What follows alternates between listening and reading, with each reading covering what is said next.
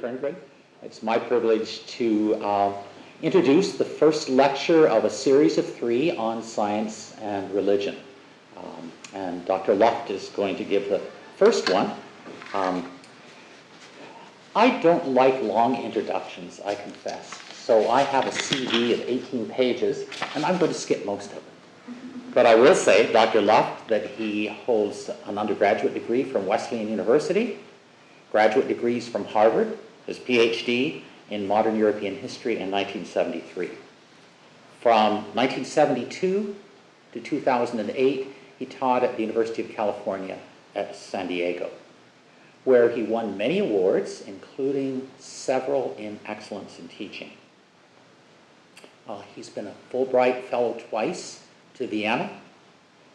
He's held a number of important professional positions, president of the Society for Austrian Studies. That's probably not the precise name, but something like that. He's the author of 4 books and many, many articles. His special interest is German culture in Bohemia. Did I get that right? Well, Austrian and Bohemia. Oh, Austrian Bohemia. All right. He's written extensively on it, but that's not going to be his subject today. His subject is going to be science and Christianity. And he's interested especially in that subject, and he's not the only person, because it's a topic that has gotten quite a lot of interest in television documentaries and many books. I think every month a new book comes out on the subject. But he will introduce the first of 3 lectures, the second and third. Anita Guarini will give the second in January, and someone else in February. The issues of science and religion today touch on a number of different issues that can be brought in. Dr. Luft wants to talk about how Christianity and religion generally are not merely a formulation of scientific categories, nor even about theoretical overviews, but deal with spiritual practice, ways of living, and being in the world. So without further ado, let me introduce Professor David Luft. Thank you all for being here. I appreciate your coming to hear the beginning of our lecture series. In my remarks today, I will frequently refer to Robert Musil, who's probably still an unfamiliar figure to many people. I found him particularly helpful in dealing with these themes, so I turn to him occasionally on helpful points. Musil was an Austrian novelist and essayist who lived from 1880 to 1942. Before he became a novelist, he was an engineer and an experimental psychologist, typical literary bloke. He was good at mathematics, and he was more at home in modern science than any other writer of the early 20th century. In regard to my lecture today, I want to thank my graduate students for their comments and suggestions as I was working on this.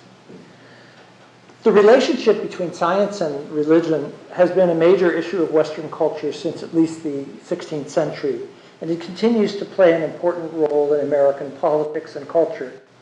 I want to talk today about my words.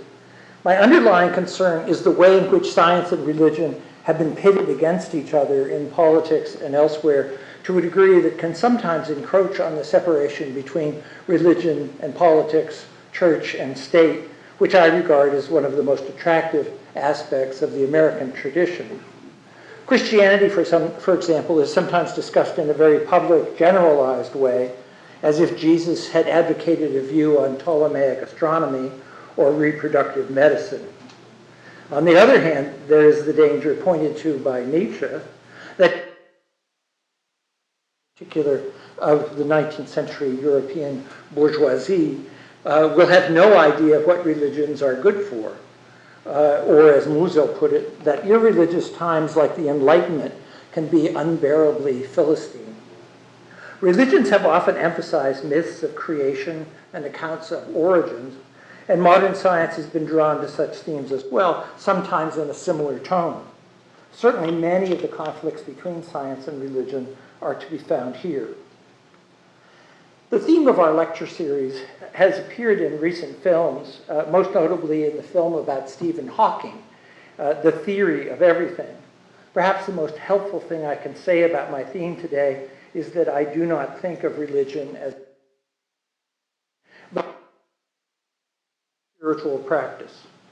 At times it seems as if we have become accustomed to think of religion, especially Christianity, as a kind of physics, or even as a kind of geology or biology.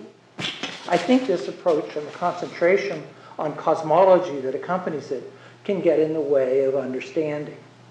One danger is that we demand a very sophisticated view of science, which we then compare to understandings of religion that are not well thought out. I want to begin by pointing to the extraordinary successes of modern science in gaining knowledge about the natural world since the 16th century. The natural sciences are concerned with developing a relatively stable picture of the world, of the physical world, and our notions of knowledge. For my talk today, science will mean what it does on PBS Radio's Science Friday. Apparently, not everybody's heard of Science Friday, but I think of it as just kind of normal reality. It's like walking my dog or something. All the stuff that scientists learn in universities and laboratories around the world and submit for peer review. So there's a careful scientific definition.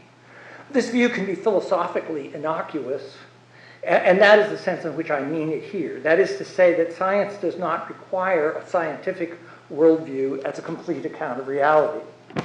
As Dallas Willard puts it, quote, one has only to examine any science or conjunction of sciences to see that no worldview whatever, scientific or otherwise, appears among its necessary assumptions, results, or theories.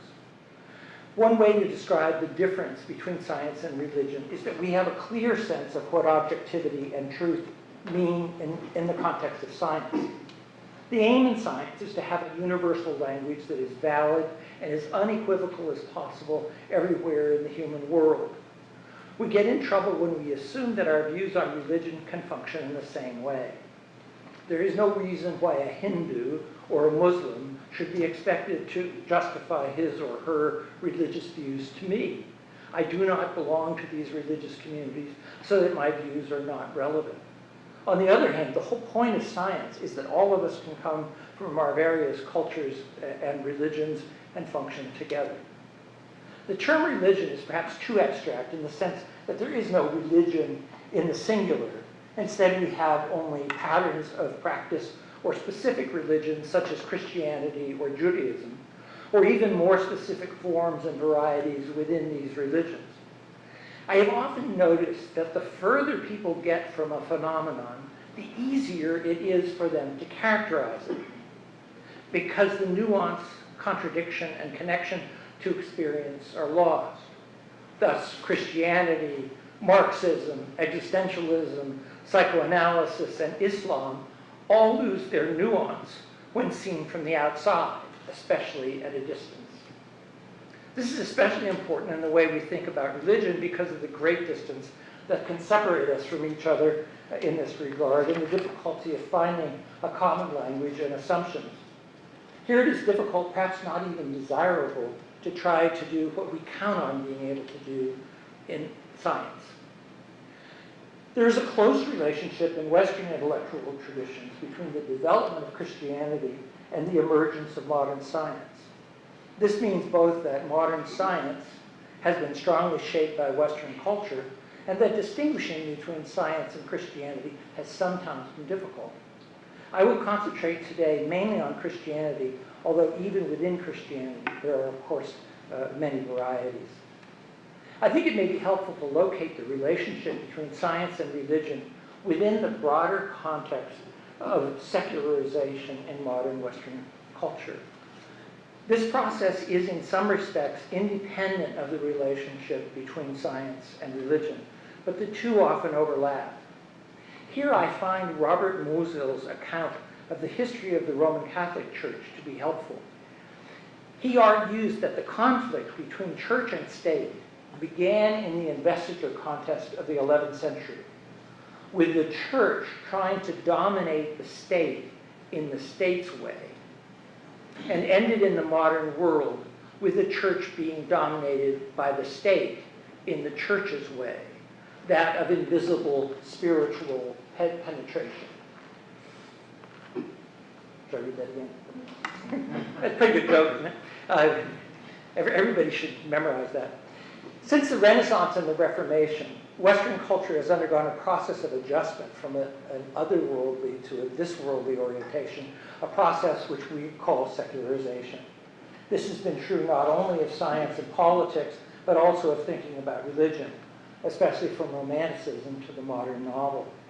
According to M.H. Abrams, secularization since the Enlightenment, outside the exact sciences at any rate, has not been the deletion and replacement of religious ideas, but rather the assimilation and reinterpretation of religious ideas as constituent elements in a worldview founded on secular premises. Another mouthful that suggests some of the complications that are involved in this. The Enlightenment itself may be regarded as a series of secularizations of Christianity, whether we think of Kant or even the French Revolution. One of the most dramatic moments in the history of secularization was Kant's categorical imperative, not everyone's idea of dramatic. His discovery that reason can determine for itself a self-legislating, rational command that amounts to the golden rule. This addressed the morality of the Western tradition in a philosopher's way that was as far from experience as possible. The relationship between science and religion was particularly difficult in the 19th century, as the Enlightenment and religious revival collided. In this period, the most disturbing issue for religious people dealt with the history of the earth, not just with Darwinian revolution, but with the development of geology and paleontology and the understanding of planetary time. German higher criticism found thoughtful ways to address these issues in relation to the accounts of the Old Testament, although these solutions were not satisfactory for all Christian denominations. If we think of secularization as the gradual historical accommodation of Christianity to modern societies, we might associate this with phenomena as early as the Hussites in Bohemia or the German Reformation. Certainly the Enlightenment was one of the most dramatic phases of this transformation, and it has had significantly different consequences in Protestant and Catholic countries. In the context of dissenting Protestantism in England's North American colonies, that's us, for example, it was often difficult to distinguish what was Christian from what was secular. And our country was founded very much in this spirit. In a Catholic country like France, on the other hand, the split between Catholicism and lay values was much more pronounced. Although even here there were signs of a blurring between Catholicism and modern science in phenomena such as French positivism. In Protestant Germany, Hegel produced perhaps the most impressive synthesis of Christianity and modern enlightenment. And it is not far-fetched, as many others have pointed out, to see Marx as a further secularization of Christianity, which projects the intervention of the divine into human history. Modern science developed in this context. The most dramatic moments in this story were Copernicus, Galileo, Newton, Darwin, Mendel and Morgan, Einstein, Bohr, and Watson and Crick. Modern science and enlightenment have become the basis for our civilization. But this way of thinking has encountered difficulties when it has tried to generalize in ways that include ethics, aesthetics, and religion. In the 19th century, scientific ideologies led to even flatter, more monochromatic understandings of human experience. The limits of the Enlightenment in this regard were perhaps most evident in the French positivism of the 19th century and the constructive efforts of Saint-Simon. Positivism attempted to develop religious tradition in an enlightened way, but religions are not rational constructs, not the same as science, not the same as politics, not just three main points. But even a Lutheran minister like Hegel ends up with Jesus as a man walking around Galilee reciting the categorical imperative. In the wake of the Enlightenment, it was easy to forget that religion is a practice, a way of living and being in the world, and not a formulation about great theoretical overviews. Religion grows out of tradition, relationships, and the whole of the ethical and imaginative life. Everything that we have learned in the past 200 years teaches us not to regard religion as a form of science or cosmology. Secularization turns out not to be a simple binary of moving from the religious to this worldly, but a complicated process of translation from the Middle Ages to patterns of thought and understanding that have been accommodated to the world we live in. In both England and Germany in the 18th and early 19th century, we see a process of secularizing and transmuting Christianity in ways that often make it difficult to say just what was Christian and what was this worldly. This is true for both English and German Romanticism. These ambiguities are apparent in Romantic poetry, in Schleiermacher, Hegel, Feuerbach, and liberal Protestantism, but also in the Victorian novel. And these possibilities were explored still further by modernism. Romanticism was an aesthetic revolution in response to the Enlightenment, and it was also a turning from abstraction to experience, most forcefully in England and northern Germany, but less so in France and Austria. In the United States, Emerson was a continuation of this aesthetic revolution and the turning to experience. Drawing in part on Emerson, Nietzsche introduced a second aesthetic revolution, this time in response to positivism's hardening of the Enlightenment. This second aesthetic revolution connected with French modernism and spread across continental Europe in the late 19th century, although it was received more slowly in the Anglo-American world. I want to argue, as some modernists have, that literature is the continued refinement of religion after the Enlightenment. The writer helps to continue traditions and to guide individual experience. Thoughtful people from Blake and Emerson to Nietzsche and Musil have emphasized that spirituality deals not with what is universal, but with what is particular and individual. These and other writers have resisted conventional ideas about religion and emphasized the exploration of experience. In the 20th century, writers from Yeats and James to Kafka and Rilke have tried to make readers more comfortable with a situation in which a standardized view of religious experience is not possible. This theme became even more important because of the relativism that grew out of anthropology, comparative religions, and the shrinking of the world that brought so many different religions and cultures into contact with one another.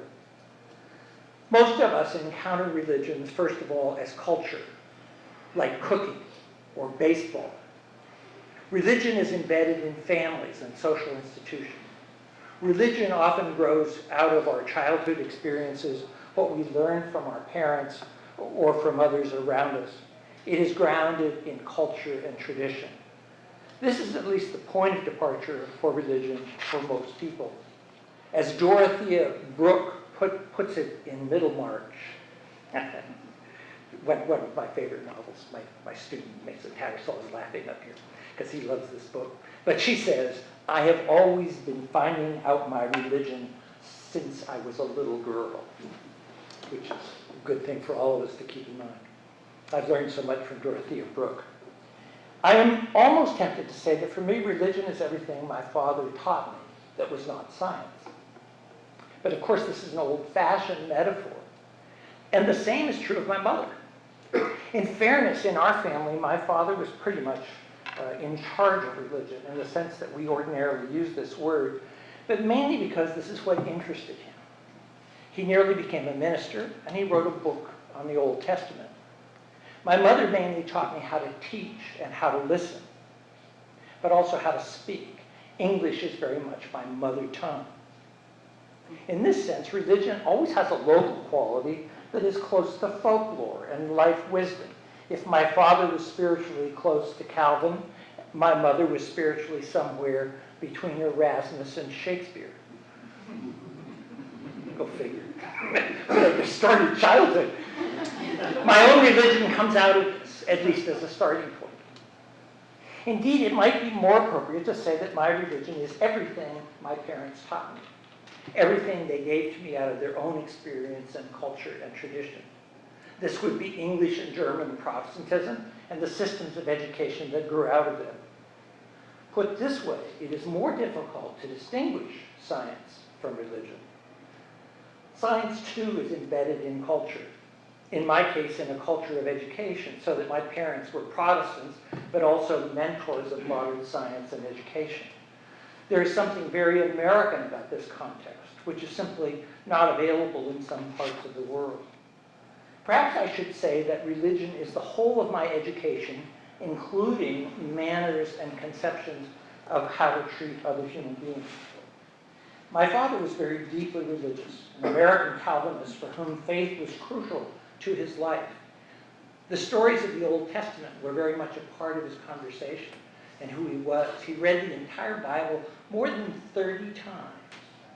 I'm sure everybody does that. Each time in a different translation. He was knowledgeable about the Dead Sea Scrolls and about whatever else was accessible to an educated layman. He had no Hebrew. He was also an architect and a structural engineer, and 2 of his 3 children were drawn toward physics, while the 3rd went into the humanities. In retrospect, it's clear that my father was also a product of the Enlightenment, which included the assumption that life is grounded in the pursuit of knowledge, a science in history and literature. He also seems to have been strongly influenced by the higher biblical criticism of the 1830s, so that Darwin and evolution were compatible with his understandings of the Bible. And he seems to have assumed the disenchantment of the world described by Max Weber. What my father left to me to do for myself was to absorb intellectual developments after the Enlightenment and the Victorian novel. Although we grow beyond our childhoods, even then the influence of time and place are important. James Baldwin and Martin Luther King influenced me more than Malcolm X or Ta-Nehisi Coates.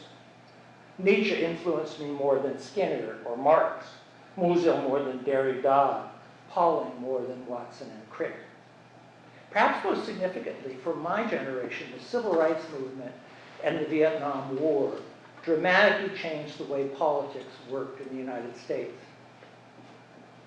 At this point in my discussion, I think it would be helpful to turn to Musil's way of viewing the way in which the realm of ethics and aesthetics is different from the natural sciences, even though we rely on intellect in these matters as well. So Musil didn't think he was going off into some kind of irrational world when he said this. Musil emphasized the distinction between what he called the ratioid realm of knowledge and the, let's see if I give you a Musil picture. There you go. That makes me a real teacher. Sorry about that. I'm not really a real teacher. And then there's real. Are they going to loop now, Bob? Do we care? Probably. No, we don't care. All right, so enjoy it. Yeah, now we go back around to these other things, which may come up again.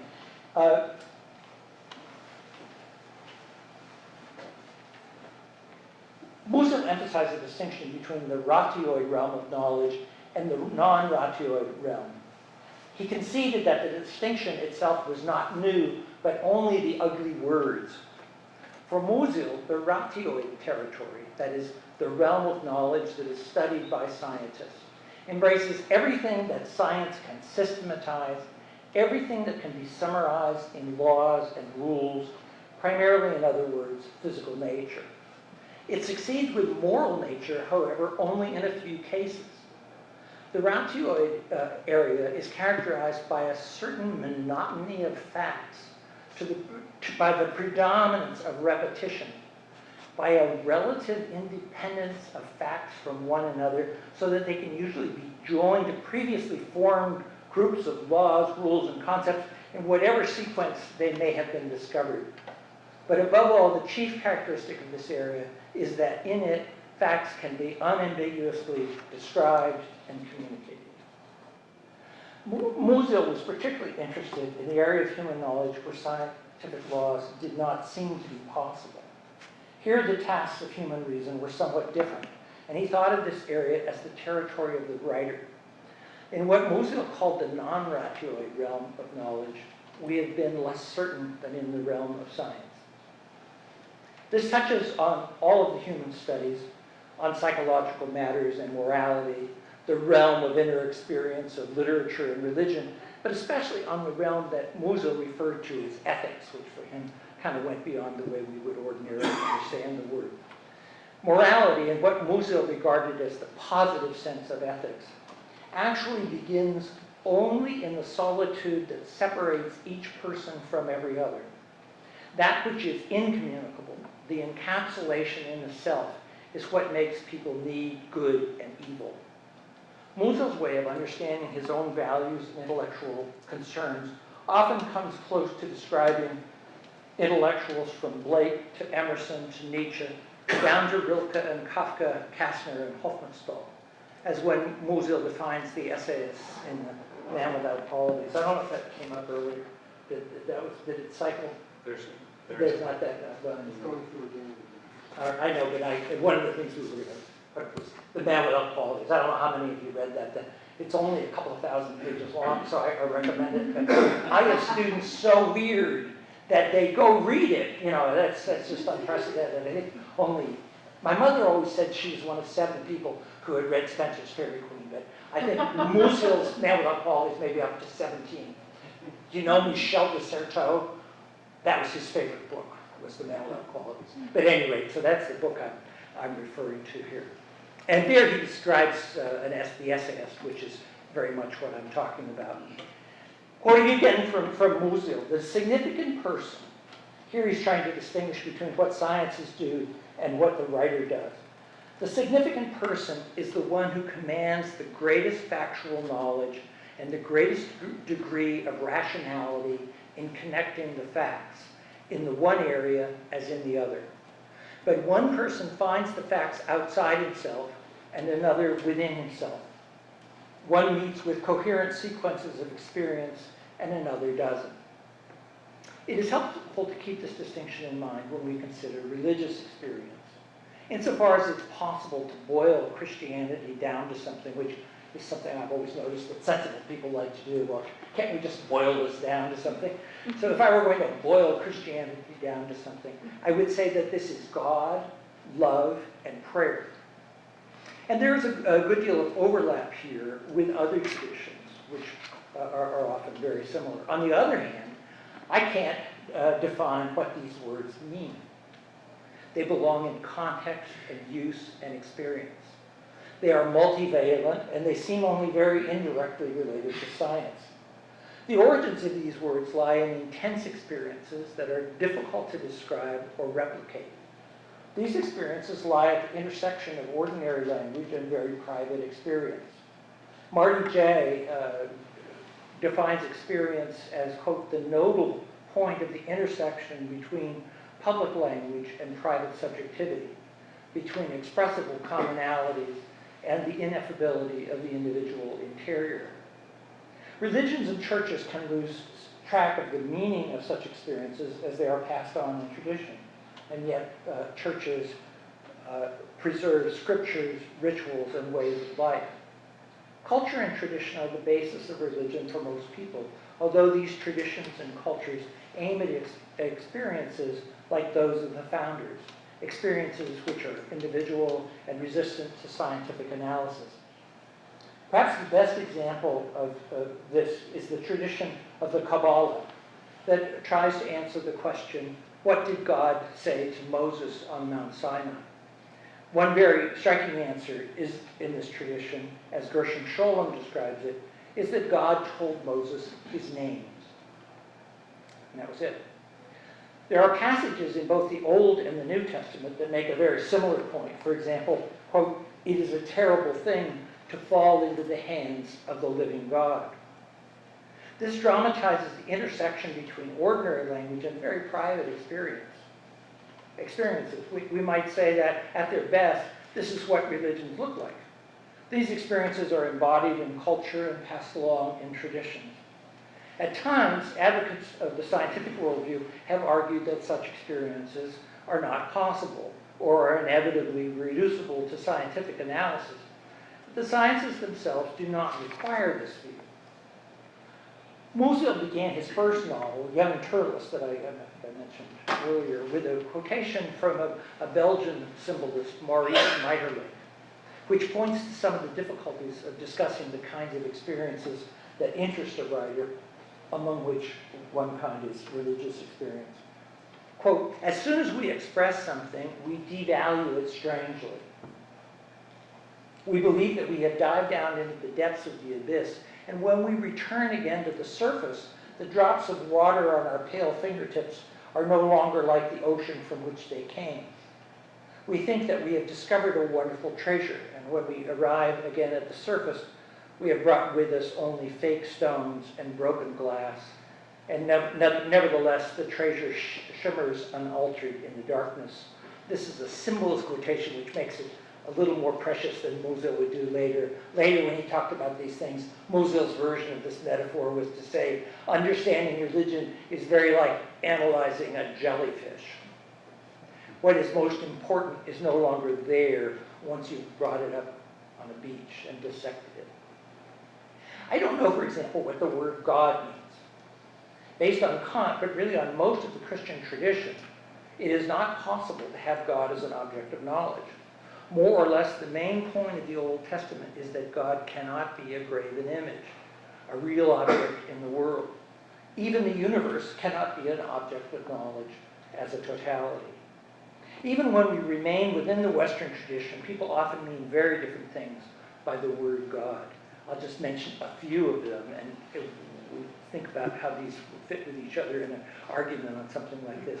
The word can mean a man who created the world, the ground of being, what really matters, love or a contemplative state, the source of creativity and value, the creator of heaven and earth, what is highest in man, or universal feeling.